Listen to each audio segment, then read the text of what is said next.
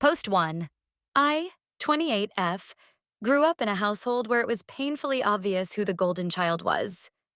My older brother Ethan could do no wrong. If he wanted to try a new sport, our parents went to every single game, even when he was terrible at it. When I joined the debate club and actually won awards, no one ever came to watch. If he wanted expensive clothes or gadgets, they found the money. I got maybe for Christmas. When it came time for college, they paid his tuition in full. Me? I was told to take out loans. The only reason I had any semblance of joy was because of my grandmother. She ran a small but very profitable family company, and everyone knew she was the only one with real financial power. She was also the only one who made me feel seen. She gave thoughtful gifts on birthdays, came to my competitions, and slipped me money for textbooks. My parents never challenged her because, frankly, they relied on her business.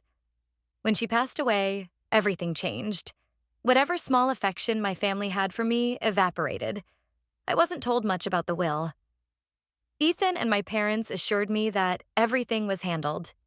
I was grieving, broke, and still trying to finish school, so I didn't have the energy to push. I was told Grandma left me something sentimental, but not to expect anything big. They dangled her old necklace in front of me, the one she wore every day. I asked about it and was brushed off. That necklace mattered more to me than anything else. But I never saw it, so I left. I scraped by, worked part-time jobs, and finished college. I started my own business in tech consulting. It wasn't easy, but I poured everything into it. Slowly, it grew. By my mid-20s, I wasn't just surviving, I was thriving. I had employees, contracts, and eventually I became a millionaire. The kind of success that makes people who once dismissed you suddenly come knocking. And knock they did. My parents and Ethan reached out, suddenly interested in reconnecting. They asked for money for a new car, tuition help, even house repairs. That's when I remembered the necklace. I told them I'd consider helping if they gave me Grandma's necklace. Their reaction? Fury. They said I was ungrateful and cruel for even bringing it up. Apparently, I didn't deserve anything from her. That was the moment I realized something wasn't right. I started thinking about everything Grandma had done for me, how she always went out of her way to protect me. Would she really have left me nothing but scraps? Or were they hiding something bigger all along? So, am I the jerk for refusing to give them money unless they hand over the one thing that ever mattered to me? First comment, they're clearly hiding something. Get a lawyer. Second comment, you're not wrong to ask for the necklace, but I'd bet there's more you don't know. Update 1. Thank you to everyone who commented. Some people were confused about why I didn't challenge things sooner, so let me explain. When Grandma passed, I was still in college, juggling grief and survival. I trusted my parents and Ethan when they said everything was settled. I figured maybe she left me sentimental items and gave the business or money elsewhere. At that point, I had no fight left in me. Fast forward to now. I've built my business from scratch, and that's when the family came sniffing around. At first, it was subtle.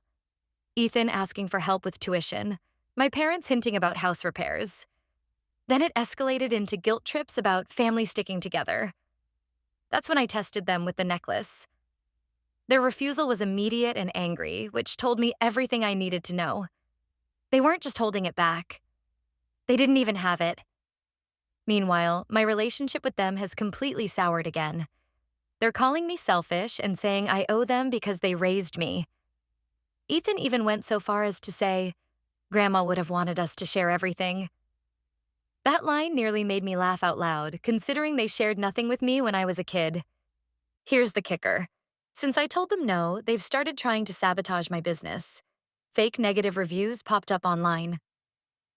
At a trade event, Ethan showed up and loudly told potential clients I was a scammer and unstable. It was humiliating, but thankfully most people saw through it. Still, this crossed a line. I decided to consult a lawyer. Originally, it was just about protecting my business. But when I explained the history with my grandmother and the necklace, my lawyer raised an eyebrow and said, "Are you sure the necklace is all she left you?" That question has been haunting me. So, am I the jerk for lawyering up against my own family? First comment: you're not the jerk. Their behavior screams guilty conscience. Second comment: careful. This could escalate quickly. Be ready. Update 2. Things are escalating. Since getting a lawyer, I've gone low contact. My lawyer started digging, and the first shock was learning that my grandmother's estate was much larger than I was led to believe. I still don't know the full scope, but records show there were substantial assets. It's not just about the necklace anymore. My parents and Ethan have doubled down on painting me as greedy. They've been messaging mutual relatives, saying I'm trying to take everything. I've had cousins reach out, asking why I'm dragging family through the mud. Meanwhile, Ethan posted online about how I abandoned family, and now I'm suing them because I can't stand to see anyone else happy. The smear campaign is exhausting.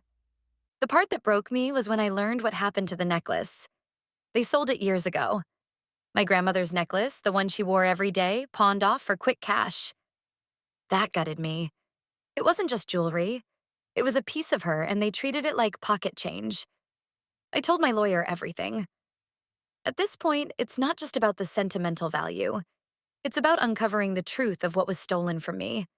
And based on what we're finding, I may have been cheated out of more than I ever imagined. First comment: selling the necklace is unforgivable. Push forward. Second comment: honestly, this sounds like theft. Good for you for fighting back. Update 3. This is where things exploded. My lawyer uncovered the will. Turns out my grandmother left me the majority of her estate, including her company. Ethan and my parents were supposed to receive smaller shares, but they took everything and never told me. For years, they've been living off assets that were rightfully mine. When confronted, Ethan actually laughed and said, "What are you going to do about it?" "You're already rich." That was the moment I knew they'd underestimated me. Yes, I built my own wealth, but that doesn't mean they can erase my grandmother's wishes. I instructed my lawyer to file suit. The family's response? Full denial. They're insisting Grandma changed her mind verbally, or that I don't need the money because of my business. They've rallied extended family to their side. My parents even claimed I was twisting the will. But the documents are clear. My lawyer is confident. For the first time, I feel vindicated. I always knew I was treated as less. Now I have proof, and I won't let them get away with it. First comment: they stole from you. Don't back down. Second comment: this is going to get ugly, but you have the truth on your side. Update 4. The court battle has been brutal. Ethan's lawyer tried to argue that I had no damages because I'm already wealthy, as if that excuses theft. They also painted me as vindictive, claiming I only sued to punish them for childhood favoritism. The judge wasn't impressed. My lawyer laid out the will, financial records, and evidence of the necklace sale. The pattern of deceit was undeniable. The most satisfying part? The judge ruled that Ethan must pay for both sides' legal fees directly out of his share of the inheritance. He had hired an outrageously expensive lawyer, thinking I'd be bankrupted by the fight. Instead, it gutted his own portion. My parents fared slightly better, but their credibility is shot. They looked pathetic trying to defend years of lies. Walking out of that courtroom, I felt lighter than I have in years. Not because of the money, though I'll admit it secures my future, but because the truth is finally acknowledged. Grandma wanted me to have what she built, and now I do. First comment: that ruling was perfect justice. Second comment: they played stupid games and they won stupid prizes. Final update: 12 months later. It's been a year since this mess began, and I finally feel like I can breathe again. The court case wrapped up 3 months ago, and the ruling was about as favorable as I could have hoped. The judge sided with me.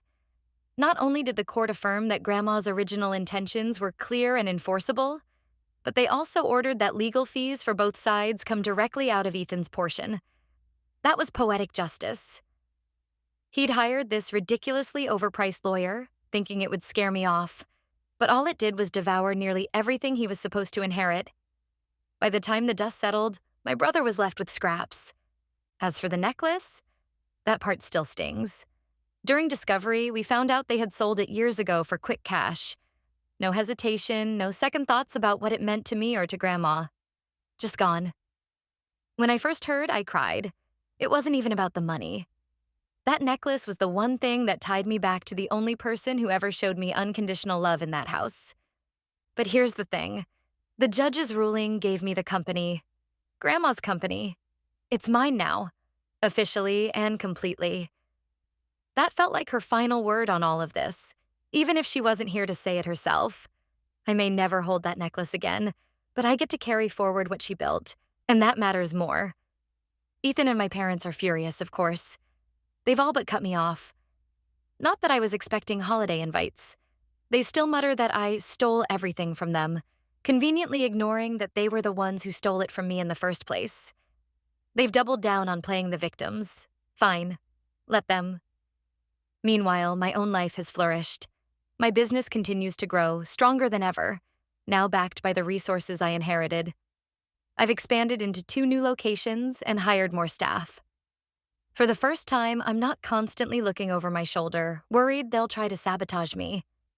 As for Ethan, he ended up taking a semester off college after the trial. Word is he's working part-time and taking out loans to cover tuition now. He still hasn't offered a real apology. I doubt he ever will. But maybe being forced to finally stand on his own 2 feet will make him grow up. People have held his hand too long. I've learned a lot this past year. About family, about loyalty, about how far jealousy can drive someone. But most of all, I've learned I'm stronger than I gave myself credit for. Grandma's gone, but I think she'd be proud.